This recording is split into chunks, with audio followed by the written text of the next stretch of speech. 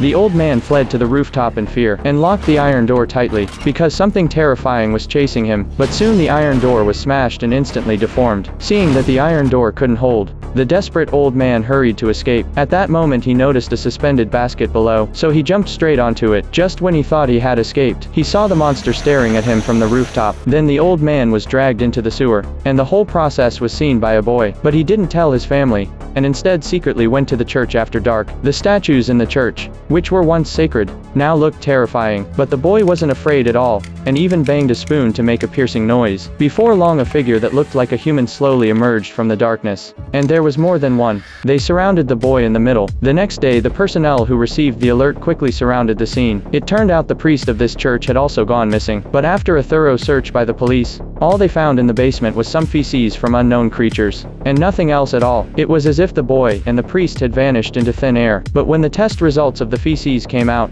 the police became even more puzzled. There were actually clothing buttons in the feces. At first the biologist Peter didn't pay much attention, until he got a call from his wife Anna, saying she had bought a fresh specimen from a child, a strange insect, with extremely strong attack power. But what caught Anna's attention was the secretion from the insect. After lab testing and comparison, she found that the genes of this insect completely matched the genes of the one they had created before. It turned out that 5 years ago, a disease was raging across the world, and children became the main target of the virus. Even those who were cured would end up with permanent disabilities. So Anna and her husband recombined the genes of termites and mantises, and created an insect called Judas, that could efficiently eliminate all cockroaches carrying the virus, which finally ended the disaster, since from the beginning, they had considered the possibility that Judas might become overpopulated without natural enemies. They modified its genes during creation, to shorten its lifespan and make it unable to reproduce. But this time the Judas Anna saw was a larva,